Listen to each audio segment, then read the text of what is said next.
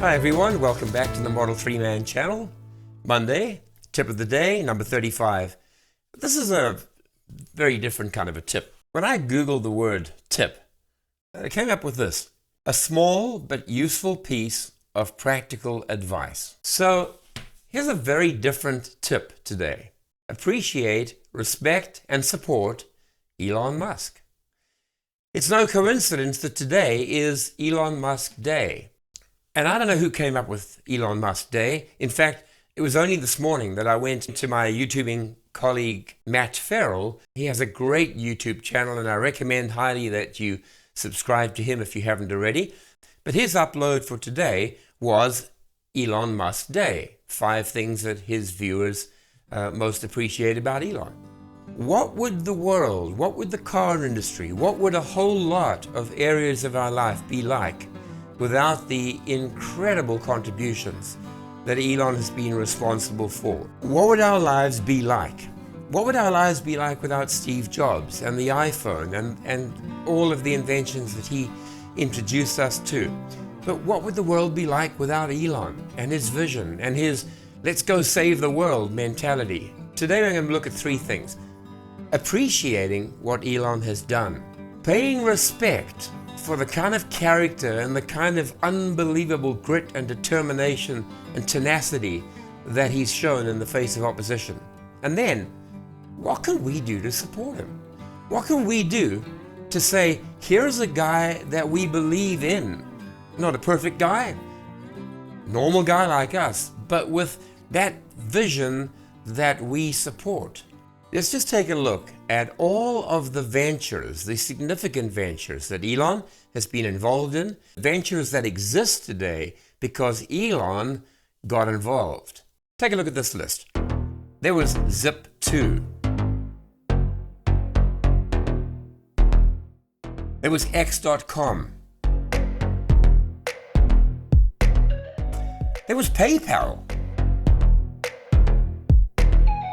Of course, there is SpaceX, and there's not a person that I can imagine that doesn't know the connection between Elon and SpaceX. Obviously, at the heart of our existence is Tesla, the car manufacturer, the vehicles that we love, the vehicles that I talk about in every upload. Solar City, the venture to bring independent energy creation and storage to homeowners, to individuals, to countries. Then there's the Boring Company.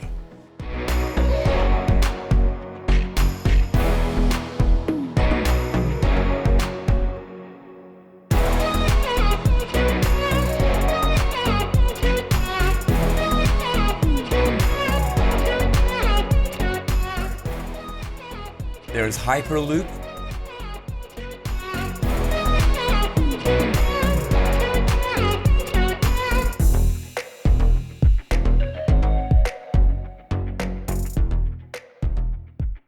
There's OpenAI, and Elon's expressed fears are that artificial intelligence will actually be harmful to human beings. And OpenAI is an attempt to get out to everyone the power and the understanding of what artificial intelligence is and what it can do, and not allow it to become the proprietary property of a few individual companies who then exploit it and use it for their ends. Then there's Neuralink. The neurons of your brain connect to form a large network through axon dendrite junctions called synapses. Neurotransmitters are released from the end of an axon in response to an electrical spike called an action potential. In his first 48 years on this planet, he's been involved in more companies than most people in their entire lifetime. Some words came to my mind, and there is a book called Elon Musk. It's by Ashley Vance. I've got the audiobook. And in this book, there was a really interesting part where Robert Downey Jr., who was playing the part of Iron Man, a lot of the Tony Stark character was based upon Howard Hughes. Robert Downey Jr. came to understand that there was a modern day Howard Hughes who was Elon Musk. And he took it upon himself to go and visit the SpaceX factory. And to visit with Elon, he was given a personal tour. He sat down for some interviews. Here's what he wrote. My mind is not easily blown, but this place, this guy, were amazing. He actually insisted that a roadster be placed in Tony Stark's office in the movie so that it would be clearly demonstrated that Elon was an inspiration in the making of this movie and in the character of Tony Stark as well. Ashley Vance writes in the book, "What Musk has developed that so many of the entrepreneurs in Silicon Valley lack is a meaningful world view. He's the possessed genius on the grandest quest anyone has ever concocted. He's less a CEO chasing riches than a general marshalling troops to secure victory. Where Mark Zuckerberg wants to help you share baby photos, Musk wants to, well, save the human race from self-imposed or accidental annihilation. But it's not been easy." So let's get on to the respect. Who do we respect? I respect people that have character, that have strength, determination, tenacity, grit, courage, the ability to fight against all odds, the ability to conceive of something, to get a vision, to do everything possible to carry out that vision and to make it a reality. Today, we tend to look at the stock market. We look at the way that Tesla shares are rising incredibly. I know with the COVID virus era that we're living in, of course, the shares tumbled, and anyone who had money quickly bought in when it got round the $350 mark. But they're back up again over $700, and they will go higher. So it's very easy in this era to look and say, well, Elon's sitting pretty. Everything's smooth sailing. And we forget the forces that are marshaled against him do not want him to succeed. If you think about the investment of the oil companies and all the associated industries, the traditional motor manufacturers, and all of those industries are going to be the first to take a hit if Elon's dream becomes a reality. Here's something that really got my respect for Elon Musk. It was the year 2008. It was a situation of total desperation. Elon was running out of money. The Roadster that was meant to cost $25 million had already reached $140 million of spending, and it still wasn't released and sold. Elon was struggling to even make his payroll. It was a terrible time, and as December approached, he was running out of money on all fronts. Let me read to you a little portion here that shows just the desperate state that they were in at that time. This little passage that I'm going to read to you, which comes from the Elon Musk book by Ashley Vance that I mentioned, will give you an insight into just how desperate things were in that terrible year, 2008. And in the middle of that, Elon had a personal and a business crisis that we can't even imagine. Let me read this to you. Under normal circumstances, Tesla had probably done enough to raise more funds. These, however, were not normal times. The big automakers in the US were charging toward bankruptcy in the middle of the worst financial crisis since the Great Depression. In the midst of all this, Musk needed to convince Tesla's investors to fork over tens of millions of additional dollars, and those investors had to go to their constituents to lay out why this made any sense. As Musk put it, try to imagine that you are explaining investing in an electric car company, and everything you read about the car company sounds like it is shit and doomed, and it's recession, and no one is buying cars. When Musk ran through the calculations concerning SpaceX and Tesla, it occurred to him that only one company would likely even have a chance at survival. I could either pick SpaceX or Tesla, or I could split the money I had left between the two. That was a tough decision. If I split the money, maybe both of them would still die. If I gave the money to just one company, the probability of it surviving was greater, but it would mean certain death for the other company. I debated that over and over. And this was the year 2008. As the year came to an end, Musk had run out of money. Tesla needed to close another round of fundraising to get through 2008 and just stay alive. Musk had to lean on friends just to try and make payroll from week to week as he negotiated with investors. He sent impassioned letters to anyone who might be able to invest money in Tesla. At the same time, Musk was betting on the probability that SpaceX could be awarded a lucrative contract from NASA for the resupply of the International Space Station. And as for Tesla, Musk had to go another round of fundraising from existing investors so that Tesla would have enough money to see out the terrible year of 2008.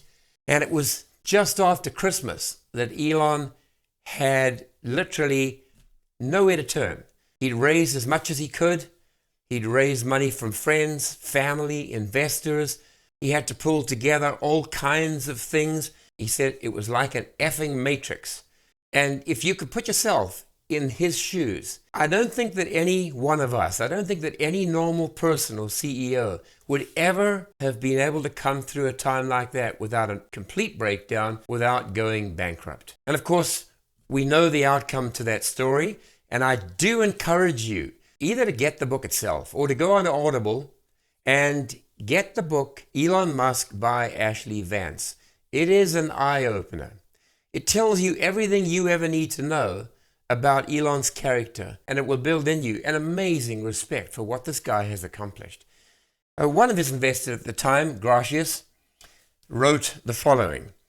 For Gracias, the SpaceX and Tesla investor and Musk's friend, the 2008 period taught him everything he would ever have to know about Musk's character. He saw a man who arrived in the United States with nothing, who had lost a child, who was being pilloried in the press by reporters and his ex-wife, and who verged on having his life's work destroyed. He has the ability to work harder and endure more stress than anyone I have ever met, Gracias said. What he went through in 2008 would have broken anyone else. He didn't just survive, he kept working and he stayed focused. And that ability to stay focused in the midst of a crisis stands as one of Musk's main advantages over other executives and competitors. Most people who are under that sort of pressure fray, Gracias said. Their decisions go bad. Elon gets hyper-rational. He's still able to make very clear long-term decisions. The harder it gets, the better he gets. Anyone who saw what he went through firsthand came away with more respect than ever for the guy. I've just never seen anything like his ability to take pain. Thirdly, support. What can you do? What can I do? I mean, we have done something. We bought the car. And those of you who have not bought a Tesla, this is the time to say to you, don't go looking further afield. If you want good reasons to buy a Tesla, I've got an episode, I'll link it up here, 10 best reasons to buy a Model 3.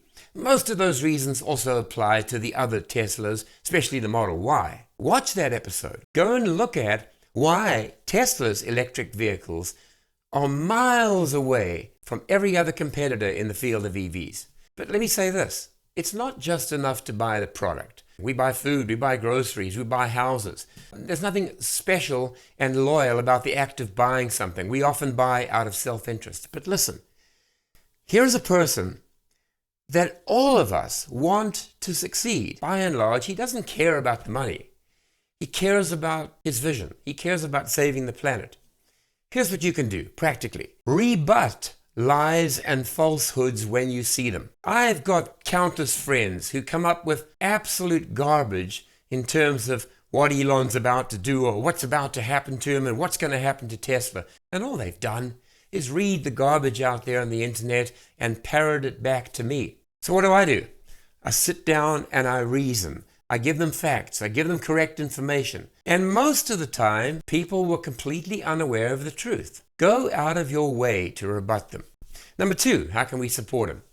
Tell people about this car of yours. I mean, I think that's a given. I think that all of us who love our cars are doing that. But make the effort. Go out of your way. Let people get a test drive in your car. Show them why you love it so much. Help to make it special. Listen, this whole channel that I've been running is all about sharing the great news about Tesla electric cars and why they matter. So use your car, let your friends drive it, and let's do all we can to encourage people to support Tesla. Each one of us are influencers in our own circles. Within those circles, there's a lot you can do to promote understanding, to promote what Tesla is doing, what Elon is doing. Please don't underestimate your role.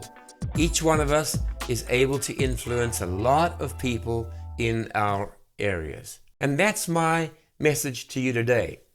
Appreciate what Elon has done. Have respect for the character and the tenacity and the determination he's shown us. Support him and be a partner in the efforts to bring the world around to his vision. I'm thankful again for just the way you guys have rallied around and supported the channel, whether it's through the PayPal donations or whether it's through purchasing through the links that I have, which definitely helps the channel. So thank you for your support. I will see you tomorrow for Tip of the Day number 36.